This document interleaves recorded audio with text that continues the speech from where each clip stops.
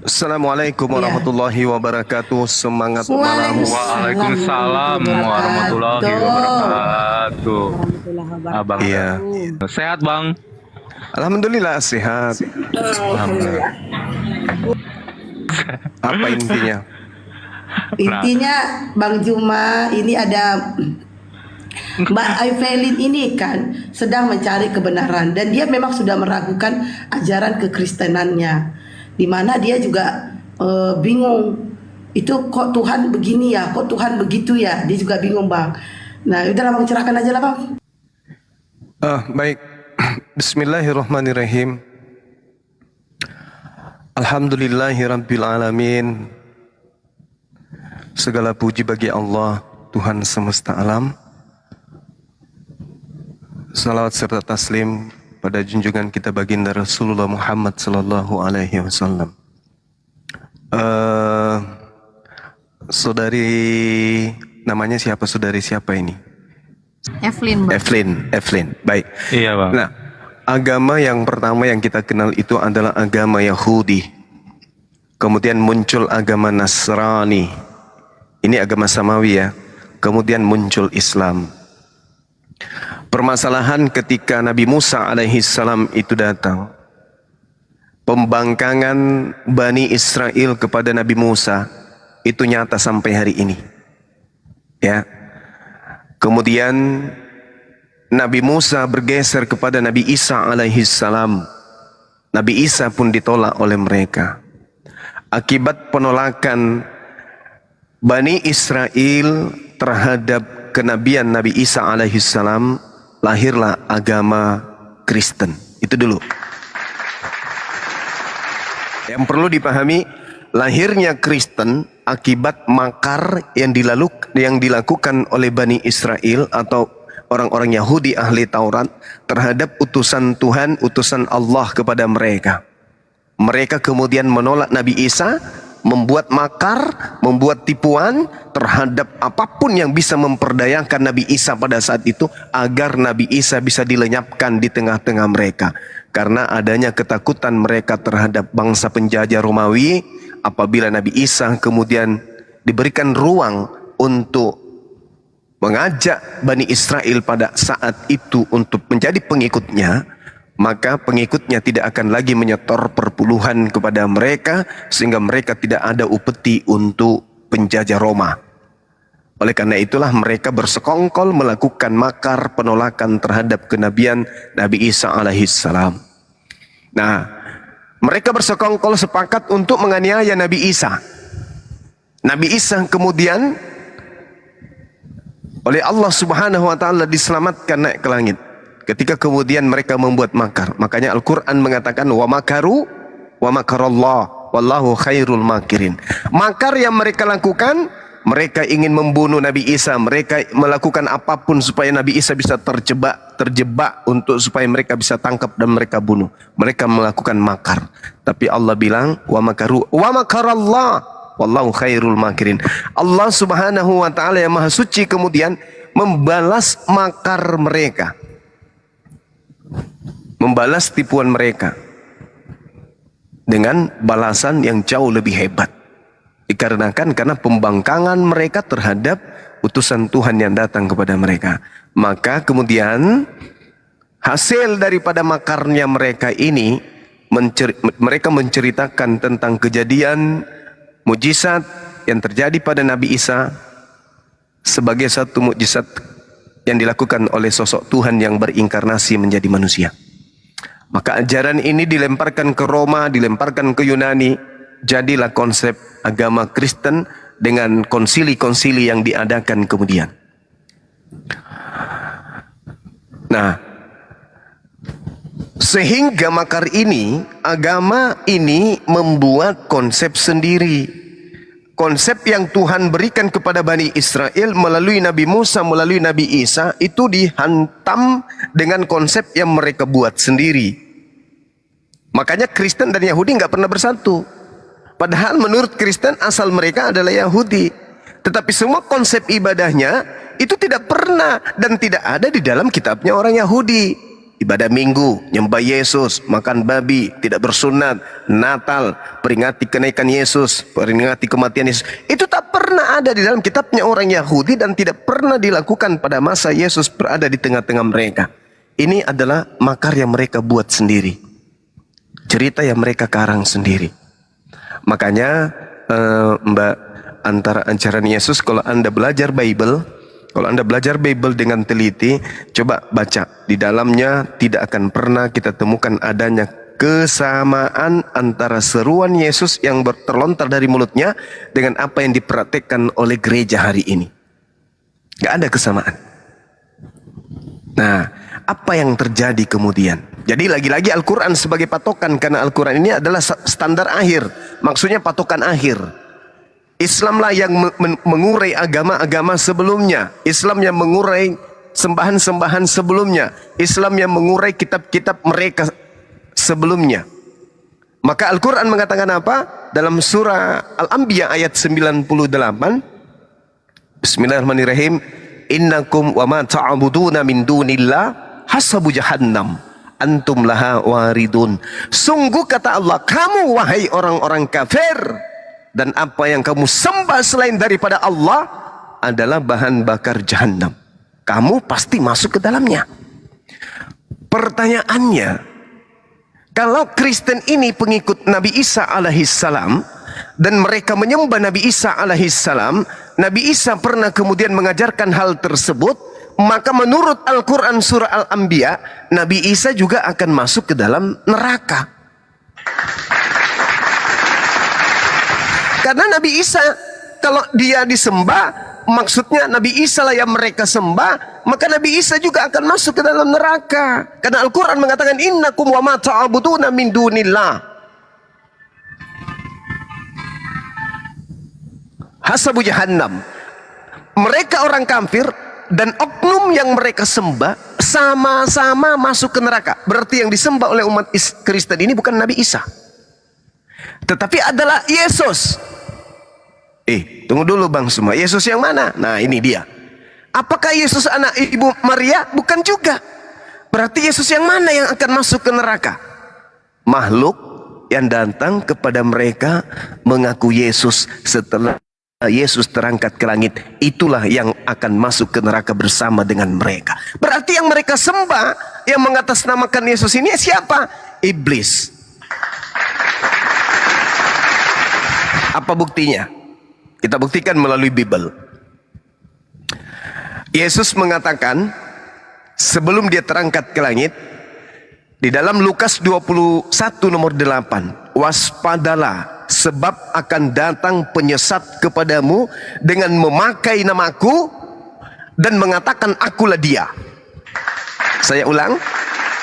Adik-adik di sini mungkin ada yang bisa menunjukkan, silakan aja buka kamera. Tunjukkan Lukas 21 nomor 8, apa yang dikatakan di sana. Waspadalah kepada penyesat yang akan datang dengan menggunakan nama Yesus dan mengaku akulah dia. Pertanyaannya, setelah Yesus terangkat ke langit, ada tidak orang mengaku-ngaku bertemu dengan Yesus? Ya maaf, Evelyn. saudari saya Evelyn, ada enggak setelah Yesus terangkat di dalam Bible 20 tahun setelahnya ada orang mengaku bertemu dengan sosok Yesus yang berkata, akulah Yesus manusia dari Nazaret yang kau aniaya? Ada enggak? Ada. Coba buka di dalam Kisah Para Rasul 22 nomor 5, nomor 6, nomor 7, nomor 8, nomor 9. Rangkaian ceritanya itu terurai di sana. Ketika ada ada manusia yang menuju ke Damsyik, kemudian dia rebah ke tanah, lalu mendengarkan suara dari langit. Siapakah engkau Tuhan? Ini yang aneh. Misalnya mbak ini tiba-tiba mendengarkan suara. Apakah pertanyaannya adalah siapakah engkau Tuhan? Misalnya saya datang nih di rumahnya Mbak, ketuk pintu ya kan, tok tok tok tok. Apakah Mbak ini bertanya, siapakah engkau Tuhan? pastinya kita akan berkata, siapa di luar? Begitu ya? Betul. Siapa Pak atau siapa Bu? Tapi ini, siapakah engkau Tuhan? Loh, kok bisa kayak gitu?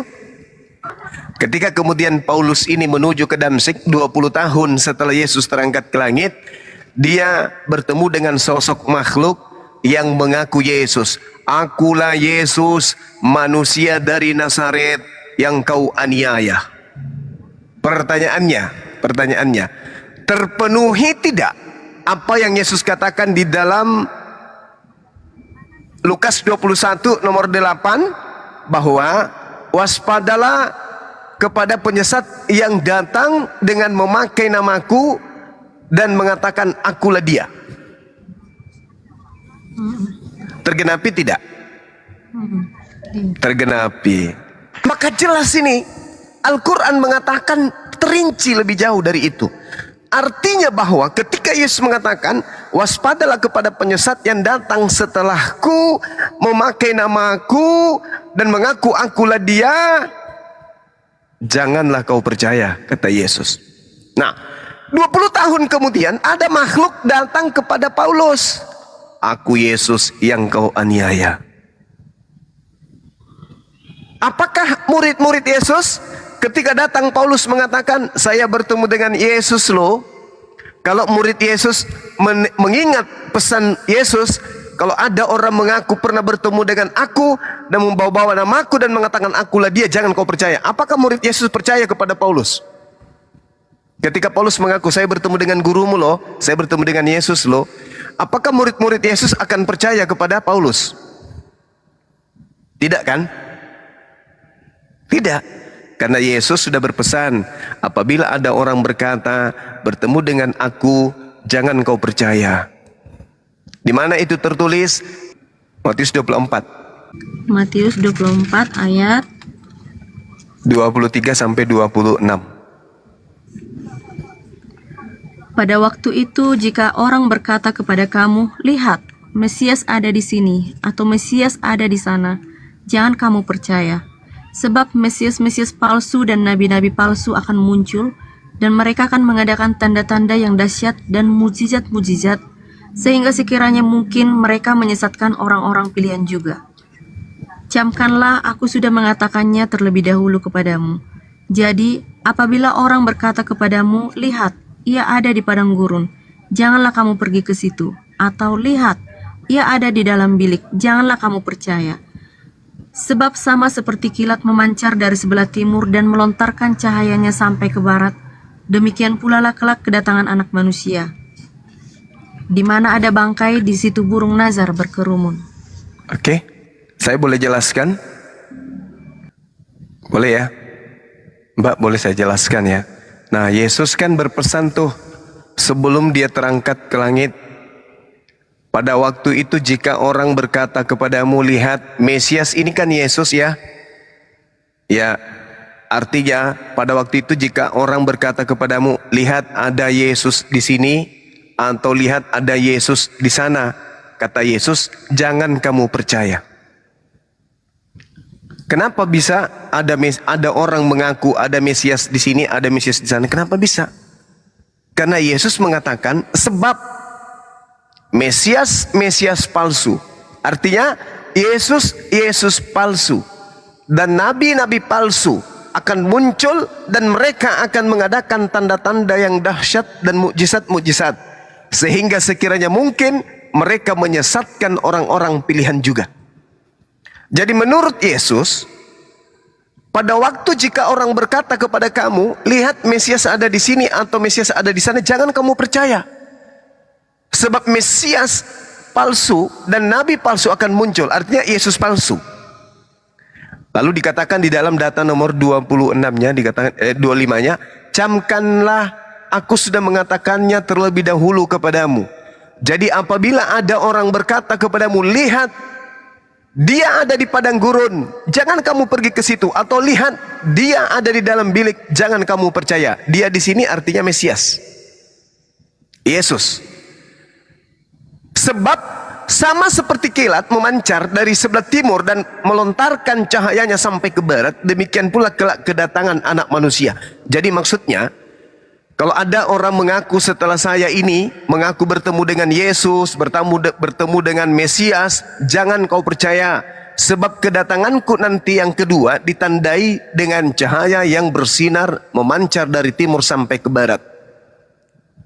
Nah, sekarang pertanyaannya, adakah orang yang mengaku pernah bertemu dengan Yesus ketika Yesus sudah tidak ada di bumi?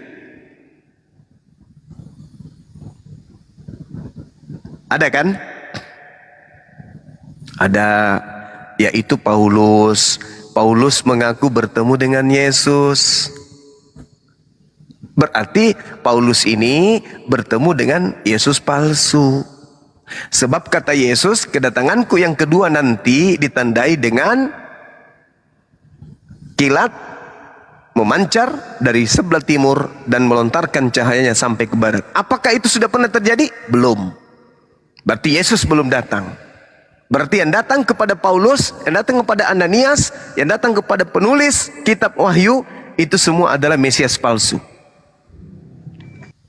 Sampai di sini ada pertanyaan, Mbak? Suaranya nggak ada ya? Bang paham. Paham kan? Nah, makanya ajaran Yesus yang asli dengan ajaran Kristen itu berbeda. Kenapa? Karena ajaran Yesus tidak pernah meninggalkan hukum Taurat. Tetap saja muridnya melakukan hukum Taurat. Di dalam Lukas 16 nomor 17 kata Yesus, lebih mudah langit dan bumi lenyap daripada setitik dari hukum Taurat itu batal. Terangkatlah Yesus kemudian ke langit. Apa yang terjadi? Ada oknum mengaku bertemu dengan Yesus, tapi ajarannya bertentangan dengan Yesus ketika Yesus ada di bumi. Contoh, di dalam Matius 5 nomor 19, barang siapa yang meniadakan setitik dari hukum Taurat meskipun yang paling terkecil dan mengajarkan kepada orang lain, maka dia akan menempati tempat terendah di dalam kerajaan langit. Dan barang siapa yang tidak menghilangkan setitik pun lalu mengajarkan kepada orang lain untuk tidak menghilangkan setitik pun dari hukum Taurat meskipun yang paling terkecil, maka dia akan menempati tempat tertinggi di dalam kerajaan surga. Itu kata Yesus. Berarti kalau ada orang yang menghilangkan hukum Taurat meskipun setitik yang paling kecil, lalu mengajak orang lain juga, maka dia akan menempati tempat rendah alias neraka. Tapi kalau ada orang mengajarkan tidak menghilangkan hukum Taurat dan mengajarkan kepada orang lain untuk tidak menghilangkan hukum Taurat, maka dia akan menempati tempat tertinggi. Betul ya? Menurut Yesus kayak begitu ya? Nah, mari kita lihat, bandingkan. Makhluk yang datang kepada Paulus berbeda ajarannya. Apa yang dikatakan oleh Paulus di dalam Filipi Efesus 2 nomor 15?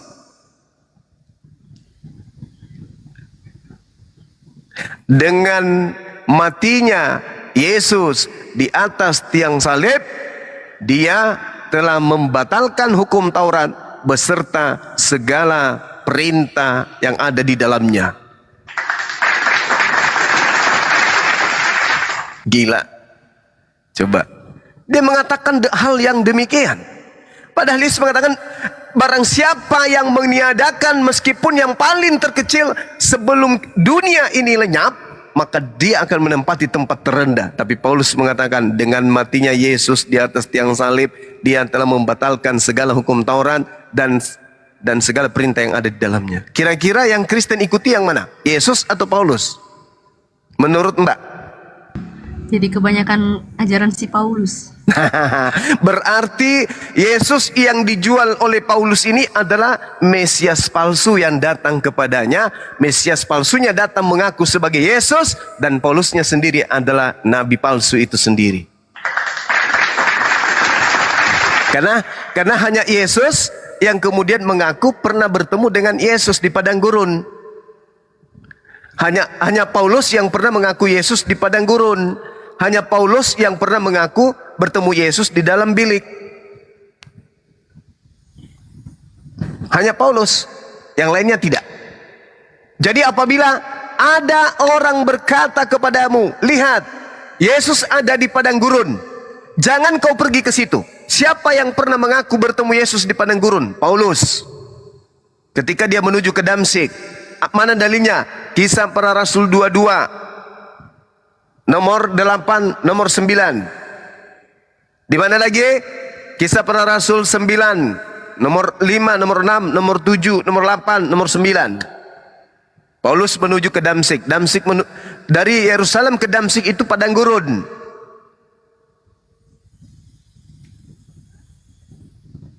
Jadi apabila orang berkata kepadamu, lihat ia ada di padang gurun, jangan kau pergi ke situ. Atau lihat ia ada di dalam bilik. Bilik dalam bahasa Yunani itu adalah taimeon. Taimeon, artinya taimeon itu bilik rahasia atau kamar rahasia, alias penjara. Paulus ketika di dalam penjara menulis beberapa kitab dan mengatakan bahwa isi kitab yang dia terima itu bukan dari orang, tetapi dari pernyataan Yesus kepadanya. Yesus yang mana? Karena Yesus yang asli tidak pernah bertemu Paulus.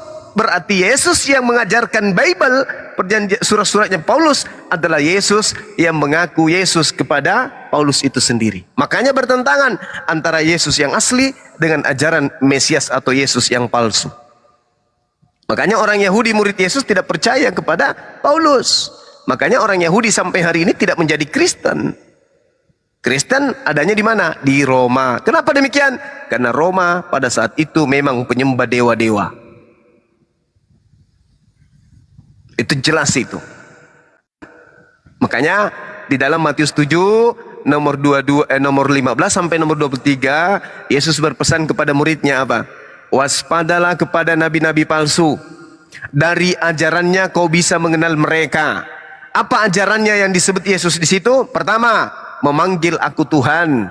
Kedua, bernubuat pakai namaku. Ketiga, bermujizat pakai namaku. Keempat, mengusir setan pakai namaku. Kata Yesus di Matius 7 nomor 23, pada saat itulah saya akan berterus terang kepada mereka, enyahlah daripadaku, kalian semua, aku tak mengenal kalian, kalian semua adalah pembuat kejahatan. Jadi kalau saudari ini selama hidupnya sampai dia meninggalkan dunia ini memanggil Yesus Tuhan, ya, maka kelak akan diusir oleh Yesus. Mana buktinya? Ya itu tadi dalil. Makanya di dalam Al-Quran itu diterangkan bahwa apa yang mereka sembah selain daripada Allah akan menjadi musuh nanti. Kenapa menjadi musuh? Karena Nabi yang diutus kepada mereka yang asli ini tidak pernah mengajarkan sedikit pun untuk menyembah dirinya. Tidak pernah dia memerintahkan kemudian kepada orang-orang yang ada di sekelilingnya untuk sembahlah aku. Wa idza husyiran nasu kanu lahum a'da wa kanu bi ibadatihim kafirin. Apabila manusia dikumpulkan pada hari kiamat, sesembahan mereka menjadi musuh mereka. Sesembahan di sini maksudnya yang disembah mereka Kristen ini kan Yesus. Sesembahan mereka akan menjadi musuh mereka. Dan sesembahan yang mereka sembah mengingkari pemujaan-pemujaan yang mereka lakukan kepadanya. Menurut Al-Quran, ternyata di Bible terbukti Yesus mengusir orang yang menuhankan dia. Yesus kemudian mengingkari pemujaan-pemujaan yang Kristen lakukan terhadap dirinya. Ini 1400 tahun silam Al-Quran sudah bahasakan. Subhanallah. Jadi kalau sudah terjadi hal demikian, saudari saya, maukah saudari diusir oleh Yesus? Itu pertanyaan saya dulu. Gak mau? Gak mau kan? Gak mau. Nah, di dalam pengajaran Yesus, Matius 17 nomor 3, hidup kekal itu adalah mereka mengenal engkau satu-satunya Tuhan yang benar, dan mengenal Yesus Kristus yang engkau utus. Di dalam iman Islam, la ilaha illallah Isa Rasulullah. Makanya ketika hari penghakiman nanti, Nabi Isa dipanggil oleh Allah, dihakimi di tengah-tengah manusia. Ketika manusia dikumpulkan di padang mahsyar, Allah kemudian berkata kepada Nabi Isa. Di dalam Al-Quran surah Al-Ma'idah kalau nggak salah ya teman-teman. Ada yang ingat dalilnya? Wa isqalallah ya Isa bin Maryam a anta qulta linnas takhizuni wa ummi ilahaini min dunillah. Qala subhanaka ma yakunu li an aqula ma laysa li bihaqqa in kuntu qultu ma faqad alimta ta'lamu ma fi nafsi wa la a'lamu ma fi nafsi innaka anta 'allamul ghuyub. Dan ingatlah ketika Allah berfirman, wahai Isa putra Maryam, apakah engkau yang mengatakan kepada orang-orang ini, jadikanlah dirimu sebagai Tuhan selain daripada aku? Nabi Isa kemudian menjawab, Maha suci engkau ya Allah, tidak patut bagiku mengatakan apa yang bukan hakku untuk aku katakan. Sama seperti di dalam kitab Yohanes 12:49. Apa yang dikatakan kemudian di sana? Aku tidak berkata-kata dari diriku sendiri. Apa yang aku katakan adalah apa yang diperintahkan oleh Bapa untuk aku katakan dan aku sampaikan. Dan firman-Nya itu adalah hidup yang kekal. Oleh karena itulah aku melakukan apa yang diperintahkan. Itu kata Yesus. Sama dalam Al-Quran. Qala subhanaka ma yakunu li an aqula ma laysa li bihaqqa. Maha suci engkau ya Allah, aku tidak pernah mengatakan sesuatu yang bukan hakku untuk aku katakan. Jika aku pernah mengatakannya, tentulah engkau telah mengetahuinya. Engkau mengetahui apa yang ada pada diriku, dan aku tidak mengetahui apa yang ada padamu. Sungguh engkaulah yang maha mengetahui segala apa yang gaib. Jadi Nabi Isa itu dihakimi oleh Allah untuk membuktikan bahwa orang-orang Kristen ini salah telah menyembah manusia. Wa isqalallahu ya Isa bin Maryam a anta qulta linnas, apakah engkau mengajarkan, mengatakan kepada manusia ini, sembahlah dirimu? Tidak ya Rabb, maha suci engkau ya Allah, kata Nabi Isa. Sama seperti di dalam Yohanes 4 nomor 22. Apa kata Yesus?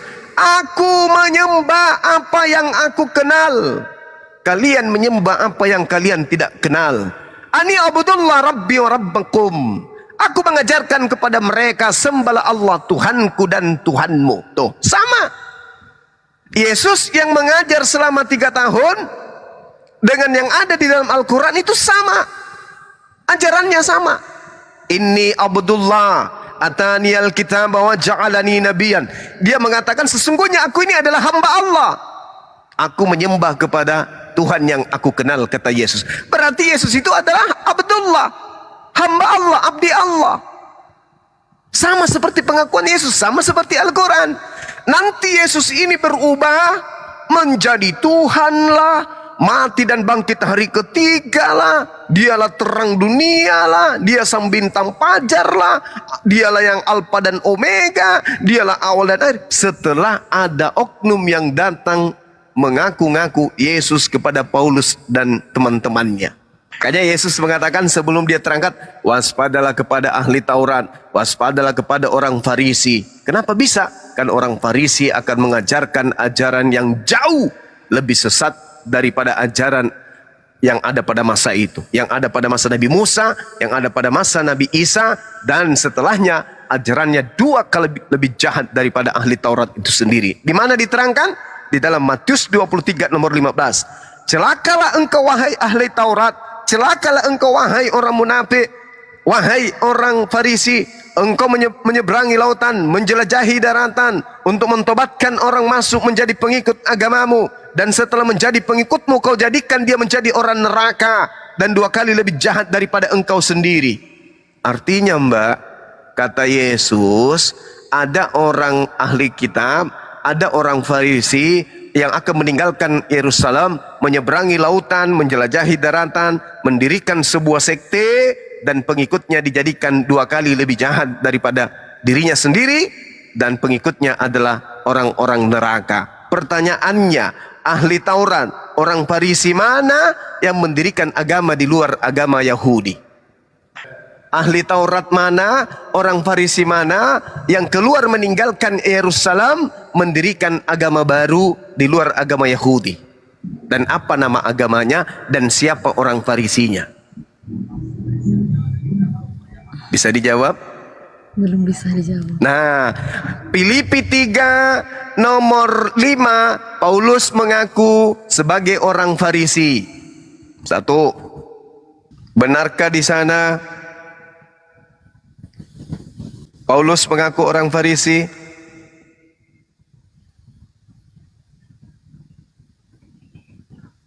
Filipi 3 ayat 5. Iya.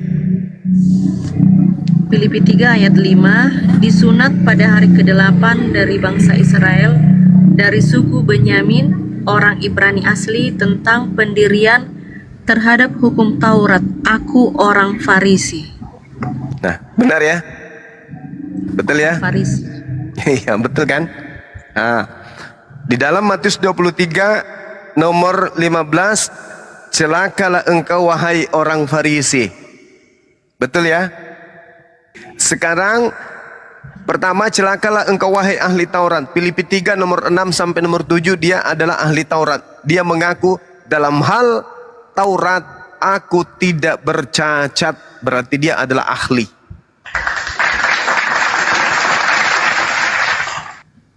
Ahli Taurat, kemudian dia mengaku orang Farisi. Dalam Filipi 23 nomor 6 juga dia mengaku orang Farisi. Filipi 3 nomor 5 juga dia mengaku orang Farisi. Di mana bisa kita ketahui bahwa Paulus itu munafik? 1 Korintus 9 nomor 20 sampai nomor 21. Boleh dibuka, Mbak? 1 Korintus 9 ayat. Ya, 20 sampai 21. Demikianlah bagi orang Yahudi aku menjadi seperti orang Yahudi, supaya aku memenangkan orang-orang Yahudi. Bagi orang-orang yang hidup di bawah hukum Taurat, aku menjadi seperti orang yang hidup di bawah hukum Taurat. Sekalipun aku sendiri tidak hidup di bawah hukum Taurat, supaya aku dapat memenangkan mereka yang hidup di bawah hukum Taurat. Bagi orang-orang yang tidak hidup di bawah hukum Taurat, aku menjadi seperti orang yang tidak hidup di bawah hukum Taurat. Sekalipun aku tidak hidup di luar hukum Allah, karena aku hidup di bawah hukum Kristus, supaya aku dapat memenangkan mereka yang tidak hidup di bawah hukum Taurat. Bagi orang-orang yang lemah, aku menjadi seperti orang yang lemah, supaya aku dapat menyelamatkan mereka yang lebih lemah. Bagi semua orang aku telah menjadi segala-galanya, supaya aku sedapat mungkin memenangkan beberapa orang dari antara mereka. Segala sesuatu ini aku lakukan karena Injil, supaya aku mendapat bagian dalamnya. Oke, baik. Nah, yang dipertontonkan Paulus di sini, demikianlah bagi orang Yahudi, aku menjadi seperti orang Yahudi, supaya aku memenangkan orang-orang Yahudi. Bagi orang-orang yang hidup di bawah hukum Taurat, aku menjadi seperti orang yang hidup di bawah hukum Taurat. Meskipun sekalipun aku sendiri tidak hidup di bawah hukum Taurat, supaya aku dapat memenangkan mereka yang hidup di bawah hukum Taurat. Menurut Mbak, ini orang apa ini yang mengaku sebagai penganut Taurat padahal bukan penganut Taurat? Ini orang benar atau orang munafik? Nggak tahu. Bermuka dua mungkin ya. Kalau orang bermuka dua, di sini dia mengatakan saya mengikuti rupa-rupa apapun supaya aku bisa memenangkan. Berarti ini bukan bermuka dua, ini bermuka 8. Ini orang munafik. Ahli Taurat terpenuhi, orang munafik terpenuhi, orang Farisi terpenuhi. Lalu dia mengatakan, Yesus mengatakan, engkau menyeberangi lautan. Baca di dalam Kisah Para Rasul 27 nomor 1, nomor 2 dan seterusnya, Paulus menyeberangi lautan. Celakalah engkau wahai ahli Taurat, orang Farisi, orang munafik, engkau menjelajah, engkau menyeberangi lautan. jelas dia melaut lautan dalam Kisah Para Rasul 21, 27, nomor 1, nomor 2, dan nomor 20. Engkau menjelajahi daratan, tertulis dalam Kisah Para Rasul 19, nomor 1. Paulus menjelajahi daratan. Engkau mentobatkan orang, di dalam Kisah Para Rasul 17, nomor 16 sampai nomor 34, jelas di sana dia mentobatkan seseorang bernama Damaris dan juga Dionysius. Jadi tergenapi semuanya. Engkau menyeberangi lautan, menjelajahi daratan, menyeberangi lautan, mentobatkan orang Farisi, ahli Taurat, seorang Farisi, ahli Taurat, orang munafik, semuanya tergenapi. Satu lagi yang terakhir. Kata Yesus, semua ini akan tergenapi oleh angkatan ini. Maksudnya apa? Apa yang saya nubuatkan di dalam Matius 23 nomor 15 ini akan digenapi pelakunya orang yang sesaman dengan saya, seangkatan dengan saya. Kalau belum yakin sekali, silakan buka Kejadian 49 nomor 27. Kejadian 49 Iya, nomor 27. ayat 27. Benyamin adalah seperti serigala yang menerkam. Pada waktu pagi ia memakan mangsanya, dan pada waktu petang ia membagi-bagi rampasannya. Oke. Sebelum kita bahas itu, kita baca dari nomor 1 dulu. Kemudian Yakub memanggil anak-anaknya, berarti memanggil ke-12 anaknya, dan berkata, datanglah berkumpul, supaya aku beritahukan kepada kalian apa yang kamu alami di kemudian hari. Artinya Yakub ingin menubuatkan anak-anaknya. Betul? Oke. Berhimpunlah, berkumpullah kamu dan dengarkanlah, ya anak-anak Yakub, dengarkanlah kepada Israel bapakmu. Maka Yakub meramalkan anaknya, menubuatkan anaknya satu-satu. Ruben, engkaulah anak sulungku, kekuatanku, dan permulaan kegagahanku. Engkaulah yang terutama dalam keluhuran dan terutama dalam kesanggupan. Engkau yang membual sebagai air. Tidak lagi engkau yang terutama, sebab engkau telah menaiki tempat tidur ayahmu. Waktu itu engkau telah melanggar kesuciannya. Dia telah menaiki petiduranku. Itu anak yang pertama, namanya Ruben. Anak kedua, Simeon dan Lewi bersaudara. Jadi langsung 3 ini anaknya. Senjata mereka adalah alat kekerasan. Janganlah kiranya jiwaku turut dalam permupakatan mereka. Janganlah kiranya rohku bersatu dengan perkumpulan mereka. Sebab dalam kemarahannya mereka telah membunuh orang. Dalam keangkaraannya mereka telah memotong urat keting lembu. Terkutuklah kemarahan mereka. Jadi Yakub mengatakan terkutuklah Lewi dan juga Simeon, sebab amarahnya keras. Terkutuklah keberangan mereka, sebab berangnya bengis. Aku akan membagi-bagikan mereka di antara anak-anak Yakub ayahmu.